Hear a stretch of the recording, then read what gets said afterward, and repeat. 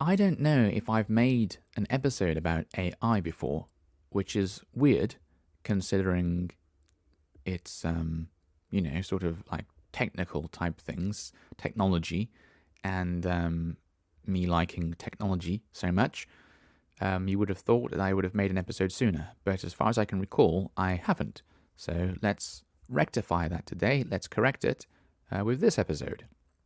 So, where do I begin? AI, I would say it's something that I hate and love. I love and hate it. But I should be a bit more specific about what kind of AI I'm talking about. So,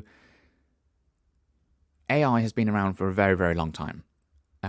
Long before it became popular recently, it's existed. And this old AI, I've never had any problem with. It's always been completely fine. It's been used in, I don't know, like things to help surgeons spot cancers on brain scans or something like that. I don't think anyone dislikes that kind of AI. As long as it's, doing its job, as long as it's actually helping and not making things worse, who's going to complain about that?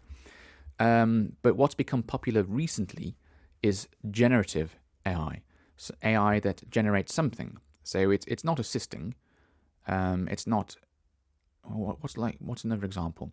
So you could get some AI that listens to voice and turns the voice into text, and then for some transcription, and then like a human editor would go along and check everything and correct all the mistakes that this AI thing has made. So that's assistive AI. It's helping someone do something, but it's not generating. It's generating text, yes, but it's generating text from something that someone has said. Whereas generative AI is actually just making something up from scratch.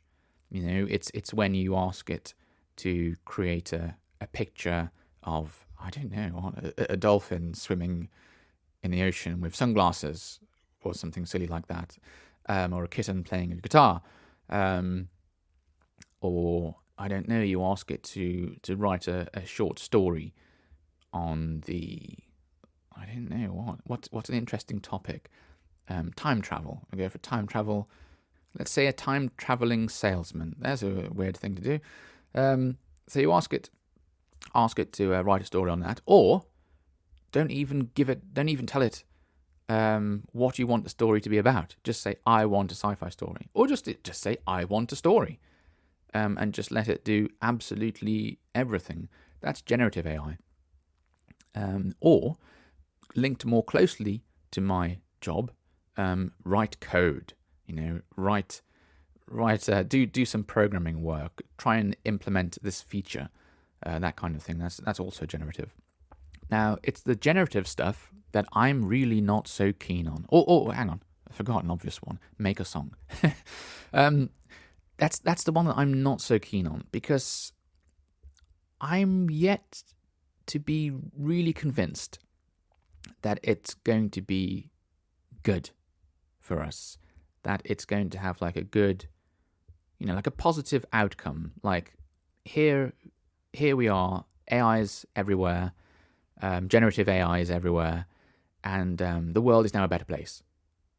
Everyone's better off. We've all got more money in our pockets. We're all happier. I don't really see it happening, to be perfectly honest. And if that's not the case, then I'm really not sure what the advantage is. So far, the only things that I can see happening, thanks to generative AI, are probably people losing their jobs. So maybe before, if you're running a website and you want a picture to go with an article you're writing, so maybe a news website, you would pay a subscription to a company that has a load of like stock photography pictures, and then you choose from a library, and I want to use this one in my article, and you pay a subscription, and then someone looking after all of that that website And then you've got the photographers who are submitting pictures to that website. They're getting paid as well. So there's a whole system there. If it becomes, and I've seen some websites doing this already, if it becomes a case that people are just going, okay, I've written my article, go to AI, type in the image I want, generate the image, put it in my article. That company's gone. The photographers are gone. The people who look after the website, they're gone. There's just so many jobs lost in that scenario, and that's just one. Then you've got illustrators. If people would have normally paid an illustrator to give them, maybe a logo for a business or something, or a whole branding thing for a new product that's going to be launched. And if it gets to the point where you can just say, you can already, but I'm a bit dubious about the quality of the results that AI gives you. But if it gets to the point where AI gives you results that are as good or incredibly close to being as good as an illustrator would give you, and then you can repeat it for musicians, people playing instruments, people doing mixing, all of that could be replaced by AI. If it becomes good enough, and it's certainly getting there.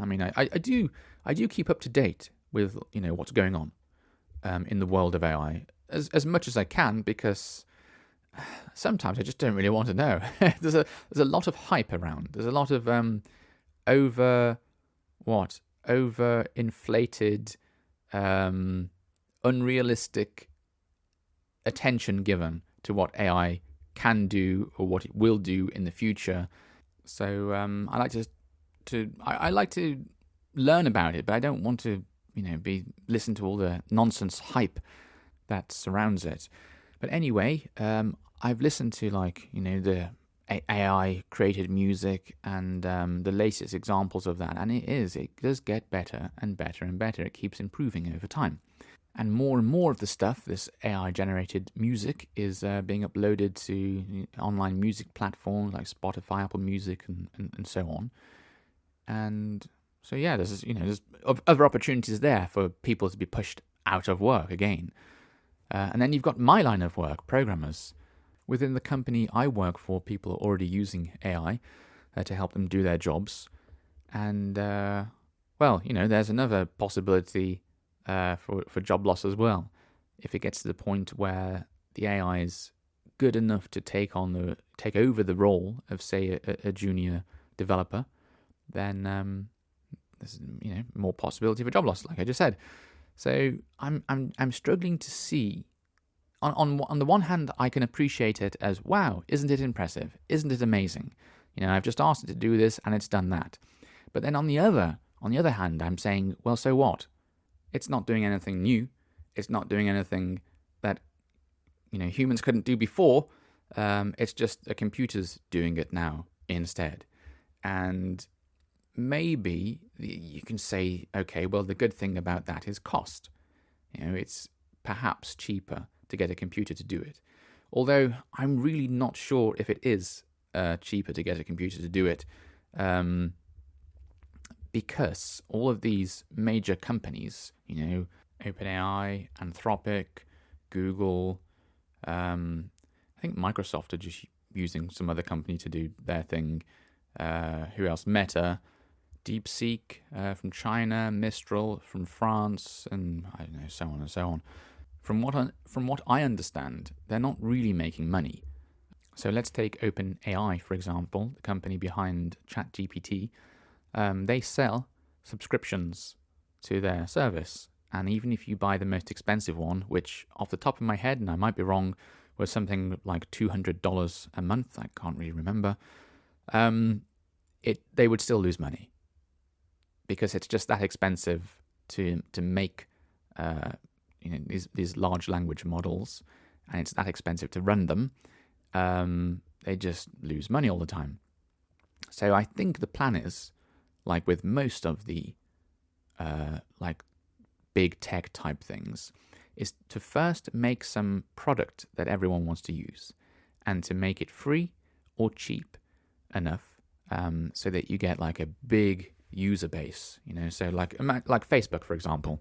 Imagine if you started Facebook and you had to pay, I don't know, £10 a month subscription, it would be very hard to grow a user base, to grow a large amount of users for that product. So you want to release it for free, of course, and then you don't want adverts on it and all this kind of stuff. Then once you've got loads of people using it, then you start putting all the ads in and start making it rubbish for everyone and yes, whatever. So I think the plan for AI is probably going to be going down that same road. And indeed, already I was reading some news about ChatGPT, about OpenAI, putting adverts inside the chat, inside the answers you get back from the chats that you have with ChatGPT. So we're already seeing this happen.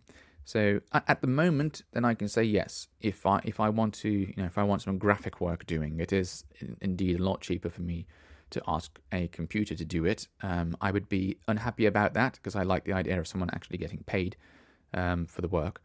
But in the future, when there's like more of a dependence upon this generative AI, and the prices have gone up, which I'm almost certain they will, especially for companies making use of it a lot, I'm not sure it's going to be that much cheaper at all.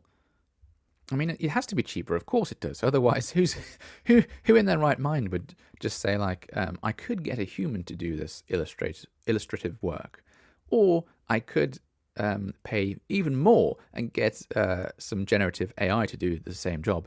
I don't think anyone's going to pick that route. Although I suppose you could argue, if time is a constraint, the computer will generate it in what, I don't know, minutes, and it might take hours, potentially days, for a human to do the work properly.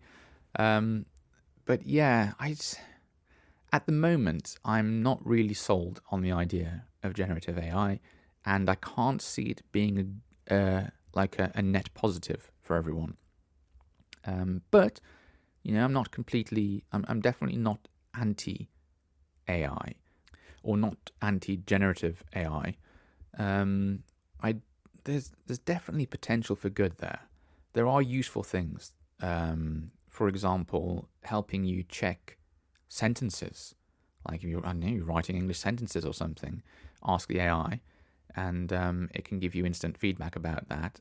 That's useful, I suppose. But there is huge potential for abuse here. Like, there really is. And I could talk about this at great lengths, but I don't know. I think I'm going to have to revisit this topic in the future because it is such an interesting one and such a difficult one. And I think it's one that's probably going to affect many of us, if not all of us, at some point in the future. So yeah, it's definitely worth revisiting. Okay, until then, bye-bye.